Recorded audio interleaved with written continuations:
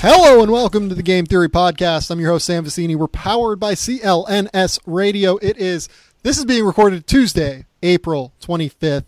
It is evening here in Los Angeles. Over where my guest is in Cincinnati, it is more like 8 o'clock. It's Reags from over at Barstool.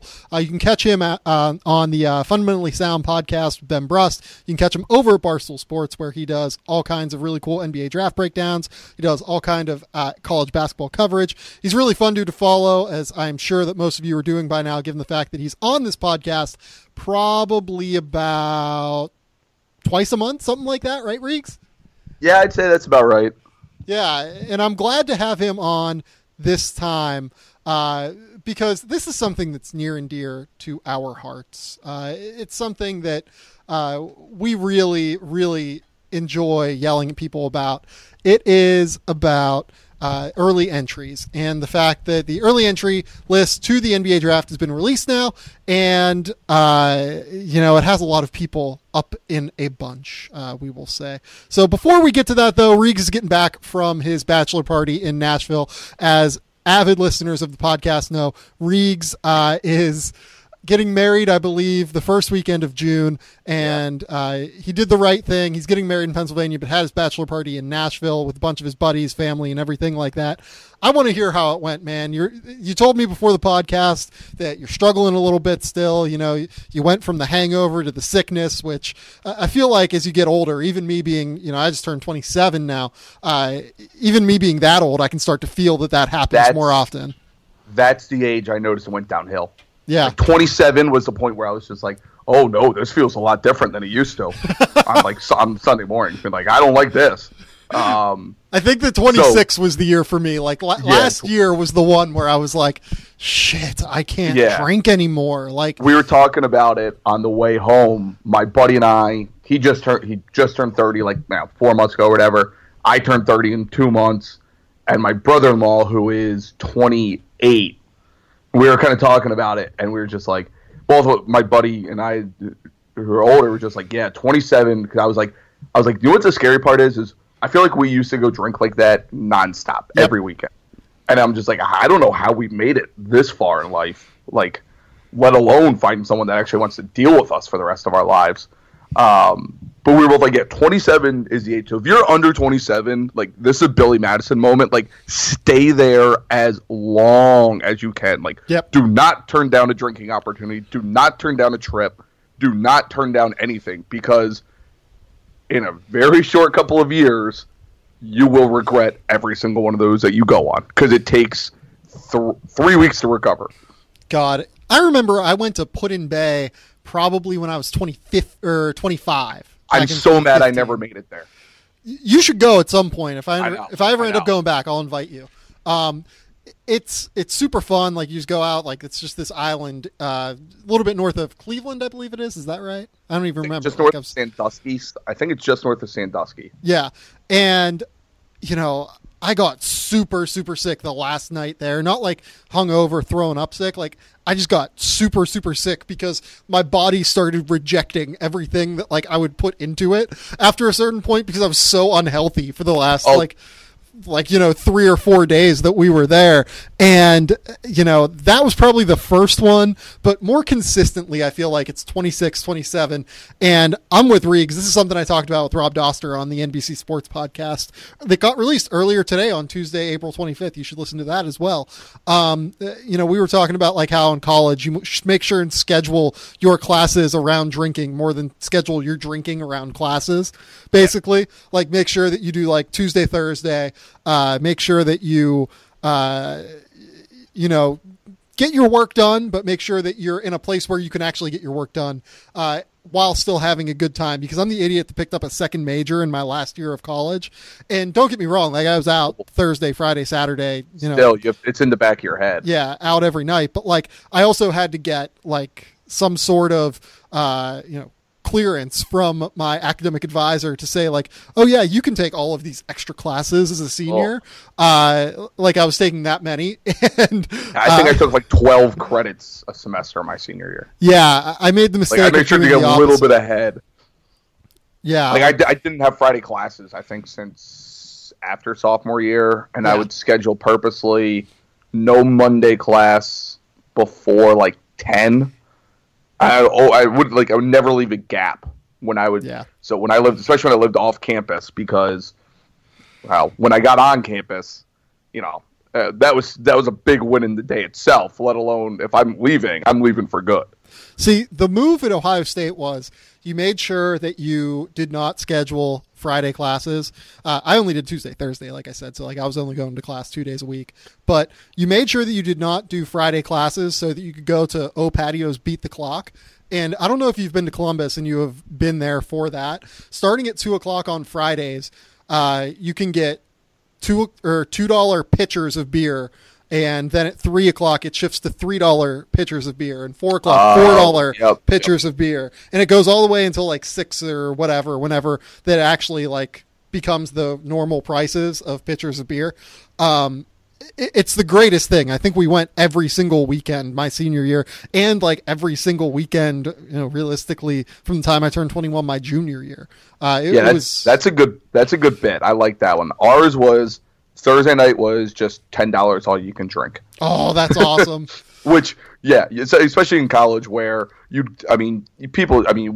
every college kid's an asshole. You show up with $15, 10 to get in, and then 5 singles to tip throughout the night. Yep. Yeah, no, the Thursdays for us were, there were a bunch of different stuff that we would do, but Thursdays were at that same bar, dollar PBR pounders. Oh, that's a good one. That's a good one. That's a dangerous one. And then the other one, we would always go downtown in Columbus. We'd go to a bar called Gasworks. And I love Gasworks. Gasworks is the best bar in Columbus, I think. Yeah, I've been to Gasworks. We became known as the people who would order a tray of cherry bombs and Jaeger bombs. Literally 40 of those little shock things on the tray. I have a really bad cherry bomb experience when I was post-grad. So I was 23. A bar here in Cincinnati. We always go to have cherry bombs. They had dirt cheap cherry bombs. So I was sitting there with 4 buddies, and at first we're all right, let's just do it. We'll each buy a round or whatever.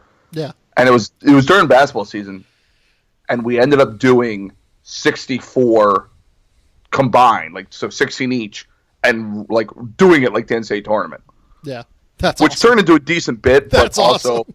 The girl I was seeing at the time was very unhappy when she saw me later that night. Yes, I would imagine that she is not the woman that you're getting married to. It did not end well. The bit part was great. The end result was not great. Oh God! But you mentioned, you guys were known for the trades. I was telling you off air. If you can do this, we I don't even know how this bit started. I know how the bit started at the bachelor party with one of my buddies who thought we were leaving a bar. So he's like, all right, I'll get the last round. And he just came back with 3 buckets of beer on Thursday.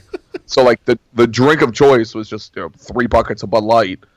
And at Rippy's, shout out Rippy's Nashville. I know it's a very tourist bar on Broadway, but I love it. So I was there Saturday, and the waiter just kind of learned that we were just going to order 3 buckets of beer at a time. It just resulted in us just doing 3-point celebrations, the bow and arrow into the 3, holding 3 up, and he would just show it was the tooth fairy would show up 3 buckets of Bud Light. All of a sudden, we're on the table. That's amazing. So if you can turn any sort of celebration or bit into your ordering gimmicks, especially when you're either at your go-to bar or a bar way out of your city, I advise doing it. It's the move. It's 100% the move. For sure. Speaking of the move, we're going to transition to our topic of choice here now tonight. Before we get into the outrage portion of this, I want to focus on the funny portion of it. Because good buddy over at Draft Express, John Gavoni, just reported, earlier in the process, he reported that Elijah Stewart from over at USC was going to declare for the NBA draft. If you've ever dealt with Elijah Stewart, you kind of understand that he is a very unique individual in a lot of ways. He's funny. He's very outgoing. He is very, he was yelling about the Ken Palm luck thing midway through the year, talking about how USC was the luckiest school in the country. And it was funny. It was not this guy's being an idiot. It was funny. The quotes that Zach Halfin got from over at the LA Times were genuinely hilarious. And Elijah Stewart, I guess, forgot to submit paperwork to declare for the NBA draft. He wanted to declare, he just forgot. It's like the Randolph Morris fax situation back in the day. Yeah, like I just imagine like Elijah like thinking, I declare for the NBA draft. Right. Like Michael Scott, I declare bankruptcy. And like as soon as like he like thought Andy that Enfield has to play Oscar and like sit him down and explain to him what bankruptcy is. Yes. But Elijah Stewart's apparently not declaring for the NBA draft. That's a big return for USC because Elijah's pretty good. Yeah, that's awesome for Andy Enfield. Yeah, and I think that Elijah was probably going to return anyway. But like, nonetheless, it's nice to see that he's going to be back. The only guy that they really have left is Benny Boatwright. If Boatwright returns, I think they're like a top 12 team in the country next year. So this is going to be fun. Especially because people remember them beating SMU and pushing Baylor. Yeah, that's all true. All right, let's get to this portion of the podcast where we talk about the early entries of the NBA draft and how people automatically overreact to the number of kids that declare. So this season, I believe that the number is something like 182. I think it's 137 players from college and 45 international players. So the immediate reaction for a lot of college basketball journalists or whatever is, oh, there are only 60 spots in the NBA draft. And a lot of them don't recognize or refuse to get out of their own bubbles. Hashtag liberal media bubble. That they don't realize that like a lot of these kids don't all think the same way that they do. And that oftentimes they have very disparate reasons for wanting to declare for the NBA draft. And I think it's very unfair of college basketball writers and NBA writers to automatically assume that kids are making a mistake to declare for the NBA draft if they may or may not have a chance of getting drafted in the first round. Yeah, I mean, I think my least favorite argument, which you hear from everyone that kind of thinks that same way, is, well, they need to come back to college to develop their game or to become a pro. No, you don't. Like, this is a career decision. Just like I was a journalism major. I could have left early and been a journalist. I went during internships and worked my way up internships. I went back to college, and guess what? I wasn't guaranteed a journalism job when I left college. Like, you're not guaranteed anything by getting a degree. Like, you're not guaranteed a spot in the NBA or connections to, whatever degree you have. Like, do they have a better chance? Sure, but there's no guarantee. So it's a calculated risk either way you look at it.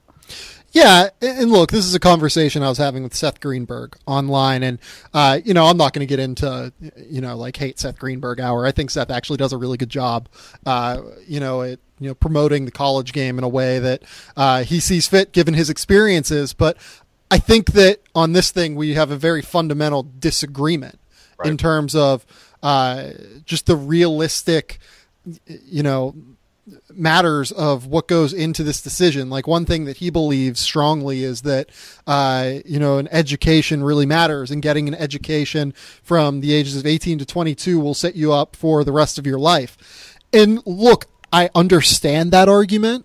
I think that there is a reason to say that, the growth that one undergoes in developing themselves as a human in those ages, the college experience, kind of uniquely allows for you to make mistakes and uniquely allows for you to be fostered in some way. And I think that that's a reasonable position to take. Sure. Also, but you can also always go back to college. Like, that's the thing for me. You can be Rodney Dangerfield. You can always go back to college, and I would say that most universities in the country have lifetime scholarships allowing you to go back to college at no price, or at least the bigger schools. Like, I'm not going to pretend to know what Southern Utah does for Andy Onwuasor, who declared for the NBA draft this year. I'm not going to pretend to know what Ohio does, although I'd imagine like Ohio is actually a really big school, so that's a really bad example. Never mind. But like I'm not going to pretend to know what like some of the smaller schools does. But a lot of the bigger schools like Maryland, Kentucky, these schools offer lifetime scholarships. You can go back and get your degree at no cost.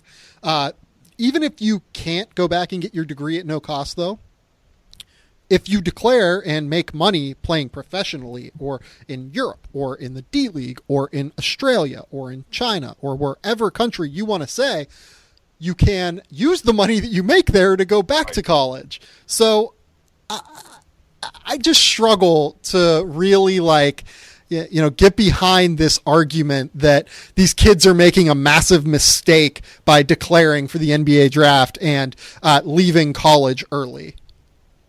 Yeah, it's one of my least favorite things in the world. What I really got annoyed by today was some guy who he's the editor for the Denver Post and was like, overseas isn't the NBA. Waiting 2 more years to get a degree and then becoming a pro isn't going to kill your earning potential at all. Mm-hmm. And it's like, well, that's exactly what it does.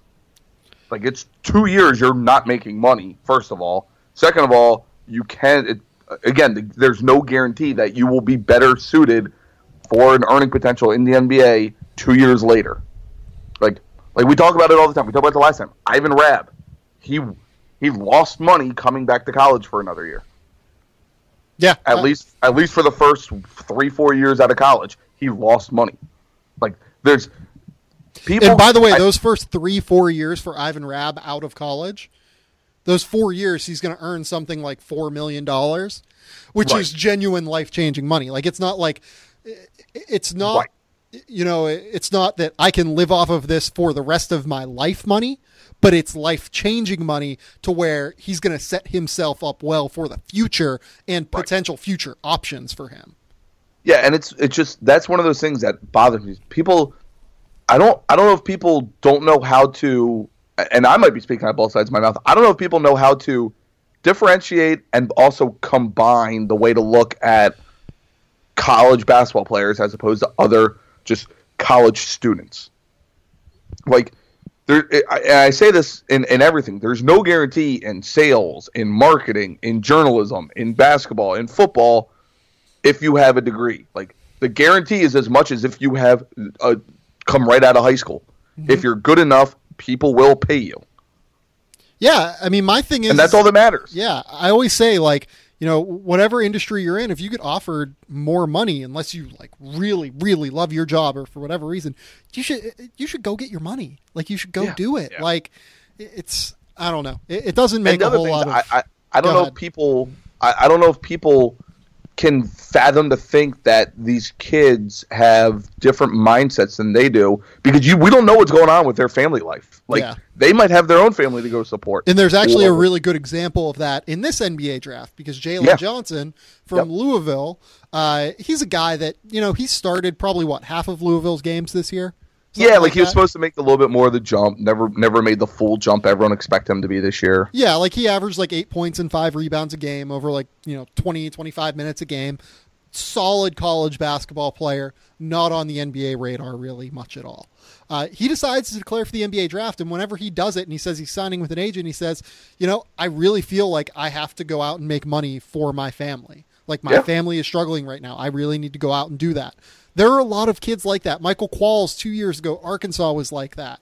There are plenty of kids. Who was the kid from, was it Peyton Barber, the Auburn football player that said the same thing? He's like, I need to go support my family. This is my only option right now. Yeah, absolutely. Like, there are so many examples of that. We don't know these kids' life situations.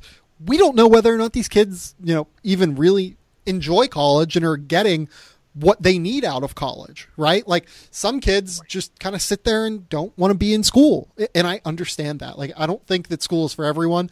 I think that education is incredibly important in today's society, but at the same time, school is not for everyone. And I understand that, especially whenever you're talking about, secondary school, like college or a master's degree or anything like that. Like, you should look at it like an internship. You should absolutely look at it something similar to that.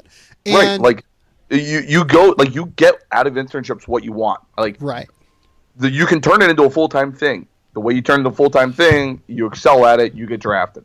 You can get like little tidbits like, oh, hey, look, I don't like sports marketing. I'm not going to do sports marketing anymore. That's the way, a kid that doesn't like school is just like, you know what? I can go make money in Australia. I want to play basketball. I don't want to do, I don't want to be in school. It's the same way to look at it, the same way I look at it, at least, because I also just don't care what kids' decisions are. It's their decision. Yeah. Like I've said before, I think I said it to you, as long as you are not directly affecting me or harming society, do whatever the living hell you want to do. It is your life. And like I said, if it doesn't affect me, I don't give a shit. And I agree with that 100%. I think there's a secondary aspect to it that a lot of people worry about. I think that another aspect of it is they worry that these kids are getting bad information from irrational actors in the marketplace, right? Like that these runners and agents and trainers are telling them and parents are telling them that, oh yeah, you'll go in the first round, you'll be fine. Realistically, in my experiences, and I've talked to a lot of kids about this, they understand, at least like relatively, where their draft stock is. Like most of them really get like where their potential is to be drafted, or if they are not going to be drafted, or anything like that. Like most kids really do, at least, like they might be a little bit high on themselves, but it's not like out of the question either. Like, I talked to Cat Barber last year, for instance, at the Combine. Yeah. And Cat Barber ends up going undrafted. I think that he probably would have been drafted if he told, whoever to his agents and representation, hey, I want to be drafted. I think that a team would have taken him for sure. But like he said, I think that my stock's anywhere from like 20 to 45 or something like that. But he understood like he's not a guaranteed first round pick. He was told like, there's a chance that if you really excel early in the draft process and throughout the draft process, you could be a late first round pick. But beyond that, there's no guarantee. Like that's what he said. And, I get it from some perspective. Like, I think that we have to worry about the fact that these kids are getting the right information. But I do think that in the internet age where these kids can look at themselves on a Draft Express, on an ESPN, on what I do, on what Reags does, on what whoever is, NBA Draft on Net, Aaron Smith, whatever he's doing, whatever we're all doing to kind of, get information from NBA teams and, rate these kids ourselves. And in some capacity, really, we're not like helping them firsthand, but I do think that like in some way, we are responsible for making sure that they're not getting bad information on the marketplace, right? So like with all of that said and with all of that being out there, I think kids are more well-informed today than they have been in the past. They no longer just have to operate based on what representation and agents are running or telling them. So I understand that it's a complicated situation, but it's not, to me, it's not a situation that like, these kids are going in blind and making poor decisions either. At least in my experience. In my experiences, I've talked to a lot of them. Yeah, I mean, how many people can you name off the top of your head where it come out that they've just gotten completely screwed by the system? So, like there's not a ton that I can think of that are just like, maybe a Cliff Alexander. I think that was a rough situation. He didn't do well in the pre-draft process, and if he would have done well in the pre-draft process, I think he might have been able to help himself. Christian Wood, I mean, like, if you, I don't want to crush the kid, but like he, from what I was told, did not take his pre-draft workouts all that seriously. Right, but I'm saying in terms of people have sat there and said, listen, you're going to be a top 15 pick regardless of what happens, or a first round pick regardless of what happens.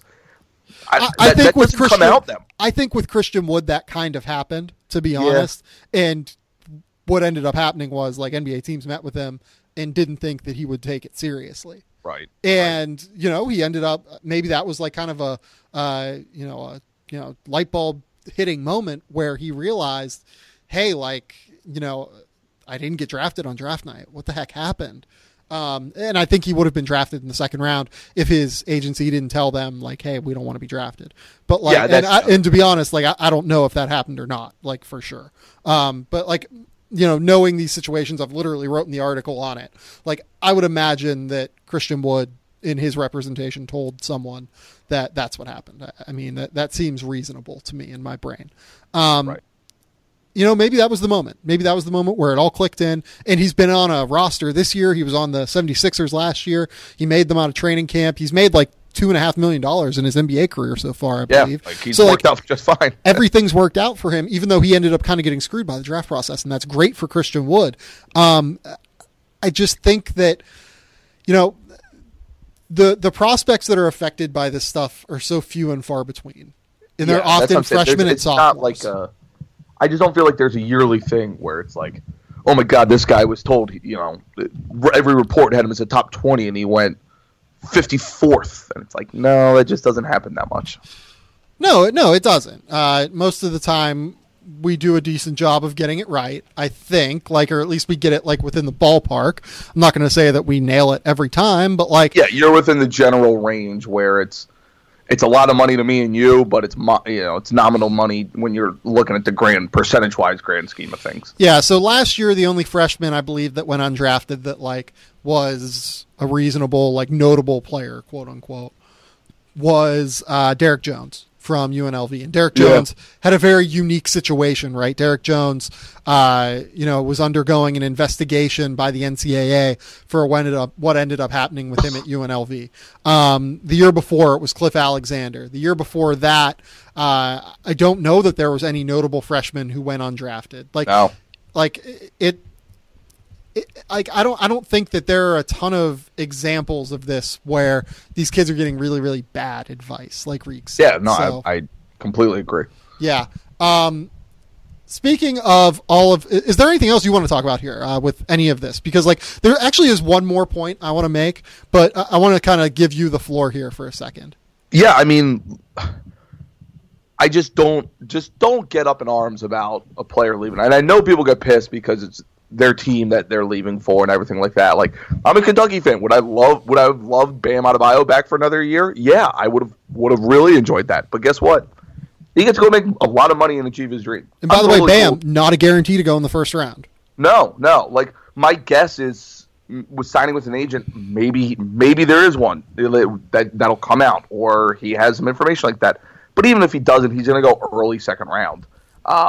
Or, I don't see a situation where he goes undrafted or something like that unless his agency straight up says, don't draft us in the second round. Yeah, we want to be able to pick our spot. Yeah. Right. So, I mean, would I love that as a fan? Yeah, I would absolutely love that. But guess what? I also don't give a shit. People should think that way. They're doing what's best for them, and they don't owe anything to fans. They don't. I never understood the you owe to the fan sentiment. No athlete, college professional at any level owes something to a fan. And it's kind of rude to say, but it's just always been my mindset is especially the NBA wrestling where LeBron owes it to his fans. It's no, LeBron's goal is to win a championship and make more money off, with Sprite endorsements. Well, I do wonder if there's a bit of a with LeBron, where he is such a brand now and such an ambassador for Nike and all of these other companies, does he have something of a responsibility? I think that there's an argument for that, where you could say. But to me, it's more the events than the actual playing a Tuesday night game in Milwaukee. Right. Basically, as long as LeBron's not a dickhead, it's fine. Right. That's, to me, that's where you owe to the fans is hey, if you see, if a fan sees you out at the supermarket and says hi, say hi back. Yeah. Not brush them off. But also remember, this list is completely irrelevant until May 24th? Yes, May 25th? And I want to get there in a second next. Yeah. But the last thing I want to say is a lot of people say, and we can go back to this Denver Post Matt Stevens guy that brought this up. You don't see too many success stories about undrafted guys in the NBA. That's ridiculous. 70 out of 450 players right now in the NBA with NBA contracts were undrafted. Do you know, I looked right toward the end of the regular season. College, I only looked at college guys. I didn't look at international. It's just because of the draft and stash. All but in last year's draft, all but the last 4 college kids picked, and Ben Simmons were the only ones that didn't play one game in the NBA. Well, yeah, I mean, out of like 30, 40 picks, and it's just like even second round picks work out. Yeah, like it's the late period of the NBA draft is what they call the dead zone, right? And like Marcus Page, Daniel Hamilton, Abdul Nader, Isaiah Cousins, Tyrone Wallace, all of those guys are in the D League right now, and all of those guys agreed to go to the D League after being selected. So like, I don't really think that there's anything worrisome about the process for them. Well, that's a lie. There's actually a lot worrisome about the process because, I don't want to necessarily crush representations here, but any agent that allows their guy, or at least doesn't tell an NBA team, hey, if you select our guy, we're going to take the NBA or the tender offer of $500,000 non-guaranteed money and make you cut us in training camp and essentially lose your asset. That agent is doing malpractice unless they're actually going to get a guaranteed contract in the second round. I've written about that before. You can go read my work on that at Vice. I think that it's an incredibly important issue, and I think we need to go about fixing the second round in some way. But at the same time, these kids that are drafted late in the second round, we do need to find a bit of a net for them. Moving forward to what Reags was going to say, none of this matters until May 24th, when it is 10 days after the NBA Draft Combine. I will be in Chicago for the NBA Draft Combine. Who are some of the more interesting? Well, before we get into that, is there anything else you want to bring up in terms of outrage about our previous topic about the fact that none of this matters even until May 24th? Yeah, I mean, just stop being outraged about kids' decisions. If you're outraged, please come yell at a kid I know in college who didn't graduate because he left early and is now successful. Go yell at him. He didn't graduate. He took money from the university. Yell at him. I don't know, man. I just hate it. I've just gotten to the point where I just don't care. And it's just not necessarily complacency. Don't care. I just don't care what other people do with their lives, unless it directly affects me, my family, or has a harm on society. And it's just I just really don't get it. I don't understand we need to protect the college game. It's not, we shouldn't be a minor league for the NBA. And it's no, that's exactly what it should be. This is a minor league for the NBA. It is. Along with the D League. This is A ball in baseball. It is. Whenever every single elite prospect or potential NBA player's sole goal in life is playing the NBA, it's what you have to consider it. It is. Everything has a minor league. Everything has a minor league. It's okay. College in general is a minor league. It's a league. If you look at it in baseball, it is A or double A across the board for no matter what you do, because that's where you're learning things. That's where you're making connections. That's where things happen. It's fine. There are you have to go through the minor leagues at every sport except for even in the NFL, because college football is the same. You have to go through the minor leagues at every goddamn sport. Why are we so up in arms about when a kid leaves because it's the NBA rule that he has to go there for a year? Yeah. No, I agree with all that. I don't really know that we need to continue to harp on this outrage thing. In terms of the early entry list, is there any name that stood out to you? In terms of some of the names that were not previously released, Justin Jackson at Maryland, not Justin Jackson at North Carolina, has declared without an agent. I believe that Dante Grantham from Clemson is a big name. Kamau Stokes from Kansas State's a relatively big name. Kadeem Latin from Oklahoma, George King from Colorado. None of these guys, though, Ted Capita from North Carolina State, I don't really think any of these guys, though, are breaking the bank in terms of, NBA people being worried about, getting every single last bit of information on them. Did, Luke May commit too? Luke May did not declare for the NBA draft. He did not. I thought I read that he did. I was saying that was one where I'm trying to, go see if you can just, shoot the shit out of the ball and wow some team. I mean, honestly, what surprised me more is a guy like Robert Williams not testing the water, or something like that. So, or even Mikal Bridges not testing the water. Yeah.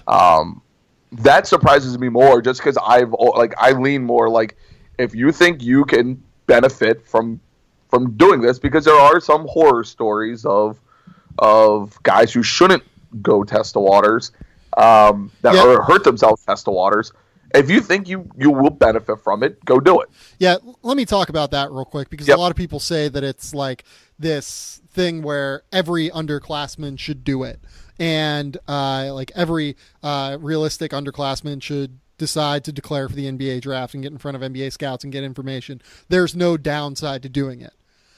That's not true. I will just flat out say that is not true. There is absolutely downside to it. You really need to take the process seriously. Otherwise, you will make a very bad impression on NBA scouts, like full stop. You will make an impression that is very difficult for them to get past whenever it is time for you to go to the NBA. You also need to take your conditioning seriously. Conditioning in terms of, eating the right things and working out every day and making sure that, you're preparing for all of these drills that you're going to have to run at the combine and run in these workouts. Like a guy like Dedrick Lawson, he puts up 20 points, 12 rebounds, 4 assists, a block, a steal a game this year at Memphis, and he's like not on draft boards at all.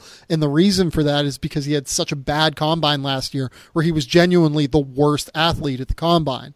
Like, there is a genuine downside to, like you think of it like Dedrick Lawson. We always talk about how guys, sometimes they stagnate from freshman to sophomore years. Dedrick Lawson did not stagnate by any stretch of the imagination. He got appreciably and genuinely better, and it didn't help him at all. And that's in large part because his impression initially on NBA evaluators was, do we think this guy can play? I don't know. I'm not entirely sure. Like, we just saw him and he's not an NBA level athlete. So I think it absolutely hurts you if you go and you're not able to keep up with guys athletically. And another thing about this is that these guys, unless the player was born with a silver spoon and is able to pay for trainers and pay for nutritionists, they're behind the 8 ball in terms of the way that they're training for these combine workouts, and they're training for NBA team workouts, because everyone else that has an agent is going through rigorous testing, be it at Impact in Las Vegas, be it out in Santa Barbara where Bill Duffy takes his guys, be it in Los Angeles out here where a lot of agents take their guys. I know that De'Aaron Fox has been out here for a while up until recently. So you really do have to make sure that you understand the risks of going through a lot of these processes and understanding that if you are declaring without an agent, you really are a little bit behind the 8 ball. Yeah, that's what I agree. I speak out of both sides of my mouth, because I agree with you that if you're not going to take it serious, you will hurt yourself. But I also think, if you are an underclassman and do think it will benefit you, then I'm all for you going to do it. But that's the gray area of, do you think it'll benefit for you, and are you willing to let it benefit you? Yeah. Yeah. Do you want to talk about some of the underrated guys that are on this list here? Like, I think Eric Mika is a super underrated guy on this list. From BYU. He's going to be a super important guy. Like, I said this, if Eric Mika returns to BYU, at some point next season, 3 West Coast Conference teams will be in the top 25. Yeah, 3 individual.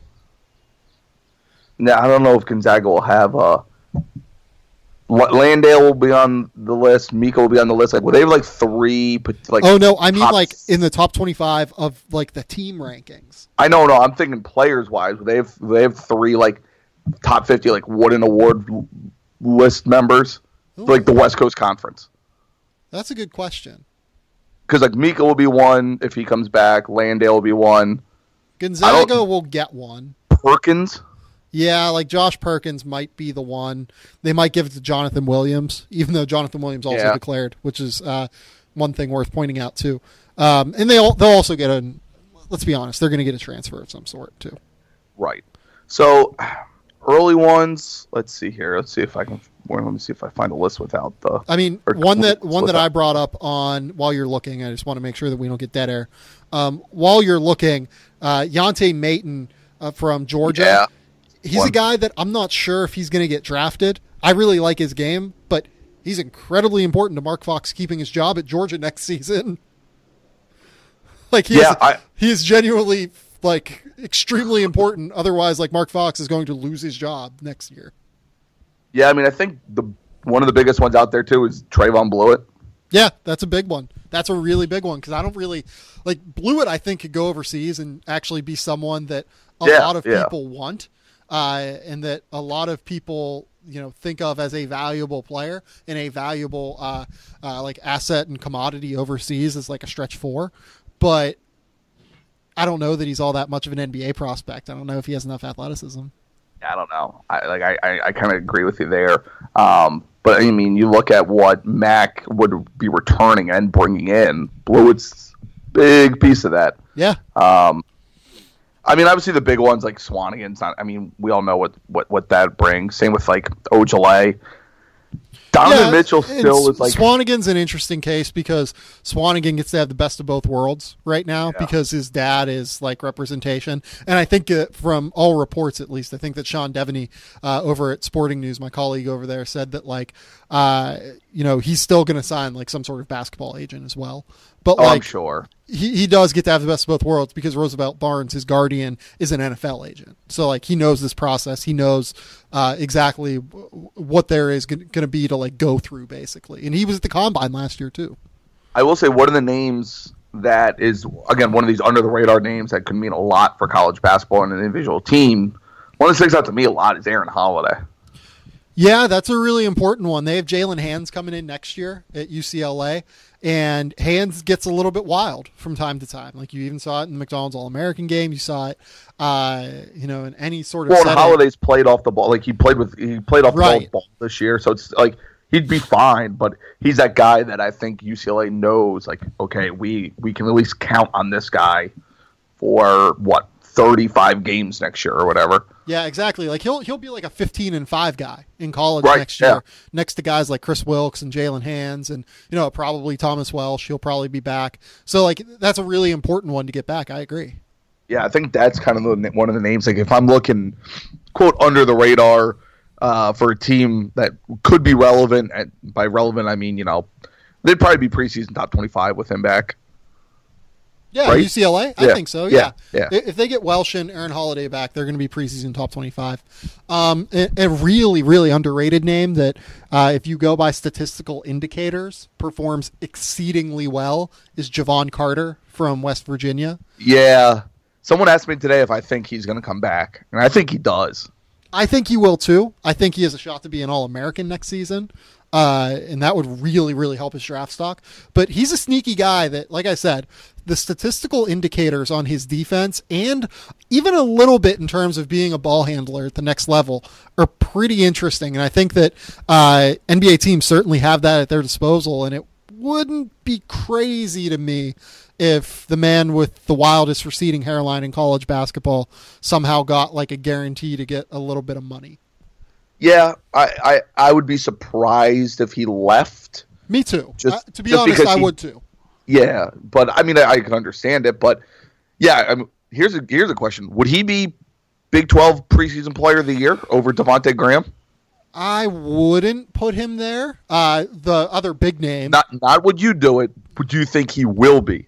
Well, the big name that is returning, or like could be returning, he's declared for the draft right now, but is currently dealing with a torn MCL, according to John Gavoni, is John Motley. He'll be the Big 12 Player of the Year if he returns. The question is, does he return? And I don't know the answer to that right now.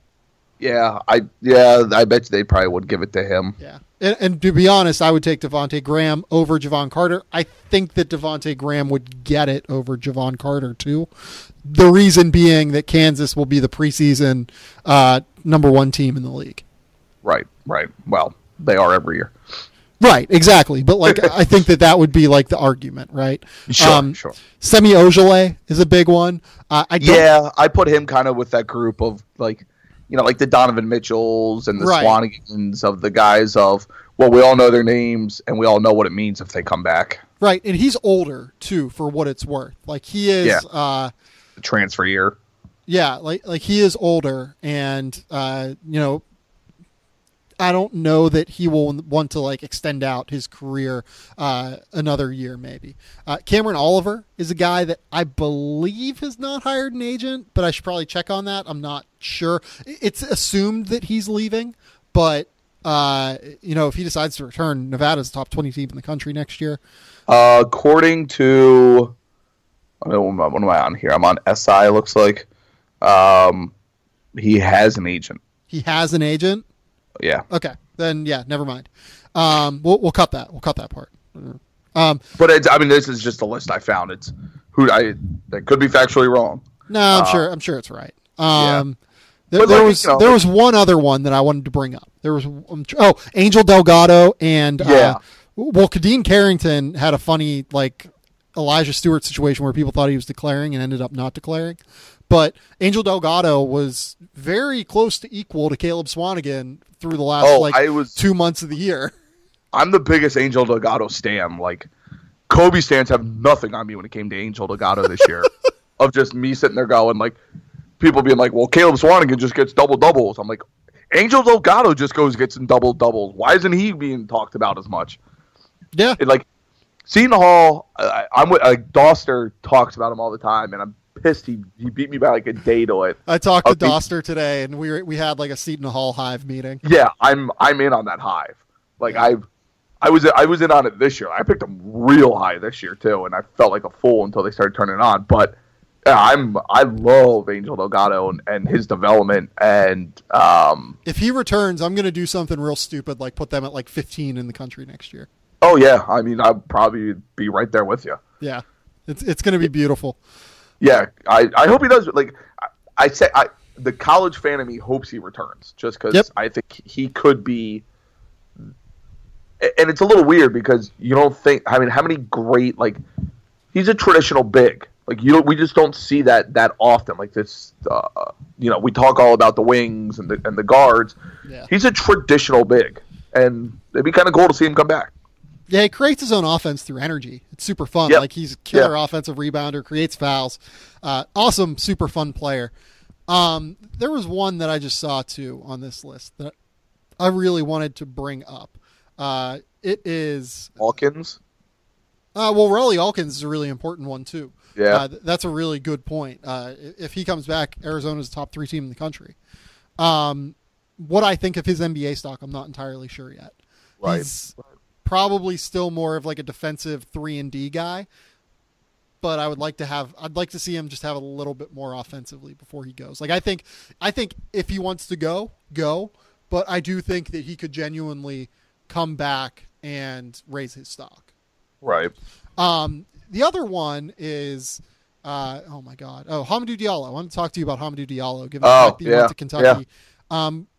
There's been a lot of hand-wringing about Hamidou Diallo, taking a scholarship spot or whatever. Kyle Tucker from over at SEC Country has done a really good job chronicling that. What are your thoughts on the Hamidou Diallo situation? Good for him. It was a mutual decision, or it was at least a talked about decision that he wasn't going to play the second semester. Goal was there and just to get better. I wasn't surprised I was more surprised he waited to announce that he was going to test the waters. Yeah. Just because I don't think he's one that'll get hurt testing the waters, because he kind of has that asterisk next to his name. I might be wrong in that, but it's just kind of my gut feeling is. Yeah, to be honest, I don't really have a whole lot of experience with him personally. In terms of how we talked about if he doesn't have a great pre-draft showing, I don't feel like teams will hold that against him the following year like they might a true freshman or a true sophomore. Right, and the other thing is he's going to test through the gym athletically. Right, yeah. The dude's a freak athletically. Yeah.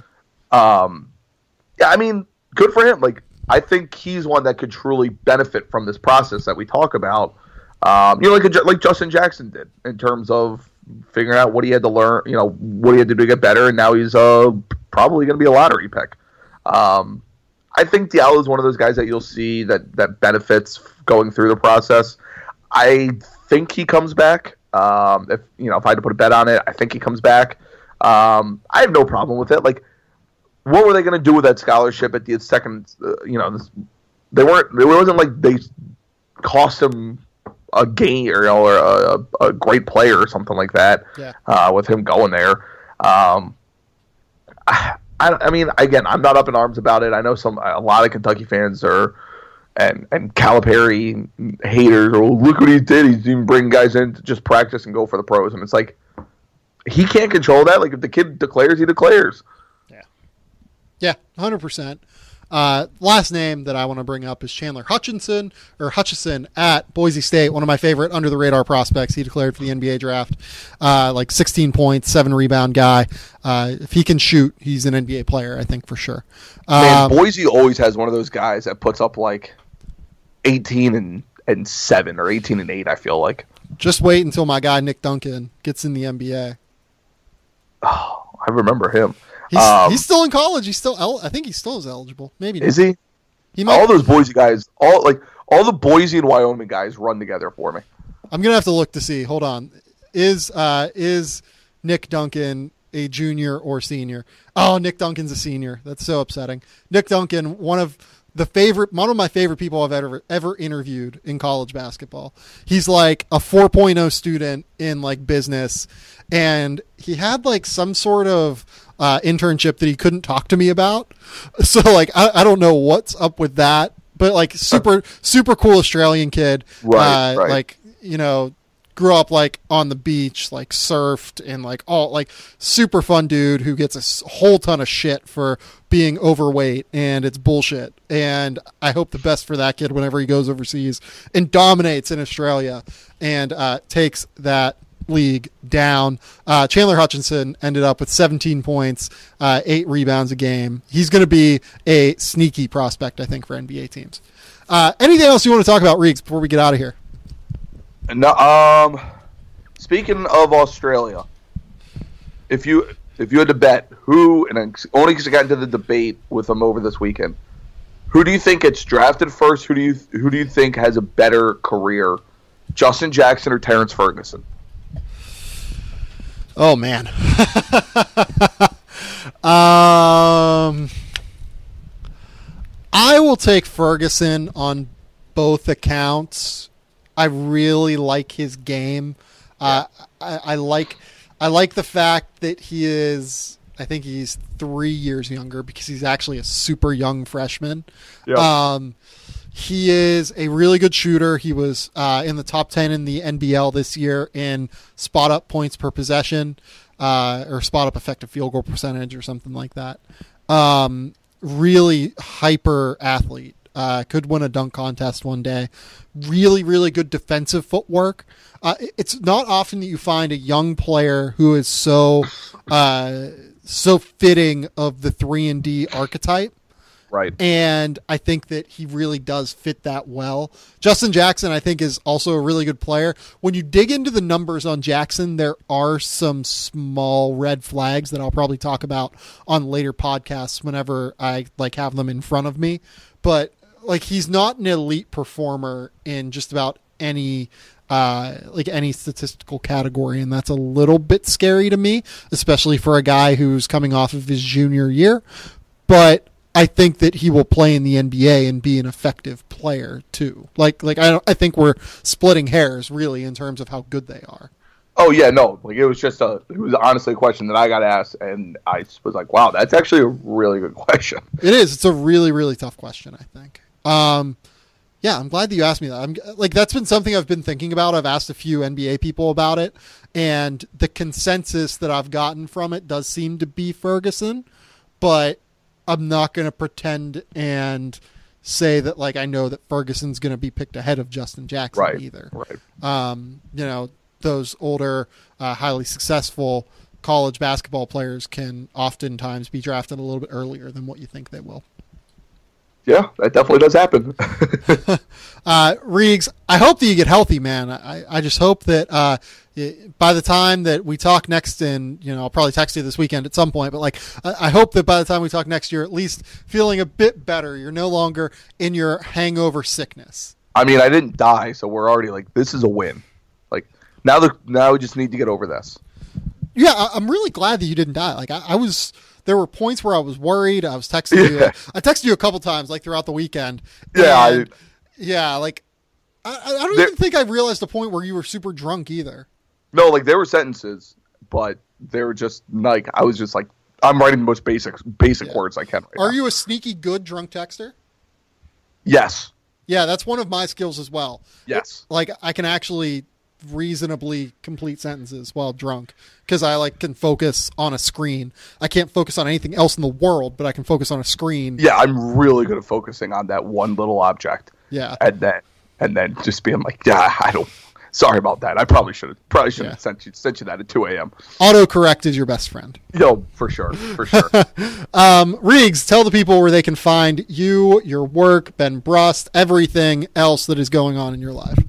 Yeah, so follow, like Sam said, podcasts with the former Wisconsin guard, Ben Brust, which is Fundamentally Sound Podcast. It is on iTunes, all that good stuff, SoundCloud, with Twitter, which is Fundamentally SD. We're going to start getting on kind of a standard day basis of when we record. Kind of once our schedules die down here in the next couple weeks. Right now, it's just kind of when we can do it, but we typically put out one a week. Well, Ben's modeling right now, so yeah, that was a great story. Getting pictures from him was great during that day. Yeah, you guys should all follow Fundamentally SD. Yes, it was a funny day whenever Ben Brust ended up going into a modeling gig. Yeah, which is going to be aired in Wisconsin too, which makes it even better. But yeah, so we record once a week. You can follow us, subscribe on iTunes, all that good stuff. Follow us on the show. We have a guy who helps out, tweet out some cool graphics and things like that. That's way above what we do. You can follow me at Barstool Reags. You can read my stuff at Barstool Sports. Right now I'm doing a lot of just random guy draft previews of who we know are going to be at least projected to be drafted and either seniors or with agents. So you can read that on there. Again, BarstoolSports.com, Barstool Reags, and Fundamentally SD. Yeah, go follow all of those things. Like I said, does a great job on his Twitter account, on Barstool. I'm not someone that is going to get on his high horse about Barstool. I'm on the site every goddamn day. It's fantastic. And keep it locked here on the Game Theory Podcast. We would really appreciate it if you rated, reviewed, and subscribed to the show. Again, I was on Rob Doster's podcast, the College Basketball Talk on NBC Sports Podcast, earlier today on Tuesday, April 25th. We had a great time talking about some of the most important early entry decisions. Some of the stuff we talked about here, but we got a little bit more in depth on the important ones, such as Miles Bridges and all of that stuff over there. I have a couple pieces coming up at Vice Sports. I'll be talking about Jonathan Isaac on Thursday. I'll be talking hopefully about Scalabissiere at Sporting News at some point, but I've been promising this article for a while. And, brain freeze or whatever you want to call it is really kicking in, man. It is a struggle, and I really enjoyed my time speaking with Scal. He's a great kid. Couple other things I might write about, some of the stuff we talked about today at Vice as well. We'll see, though. Thanks for listening, everyone. I really appreciate it. It's fantastic you guys support the podcast, and until next time, we'll talk soon. Bye.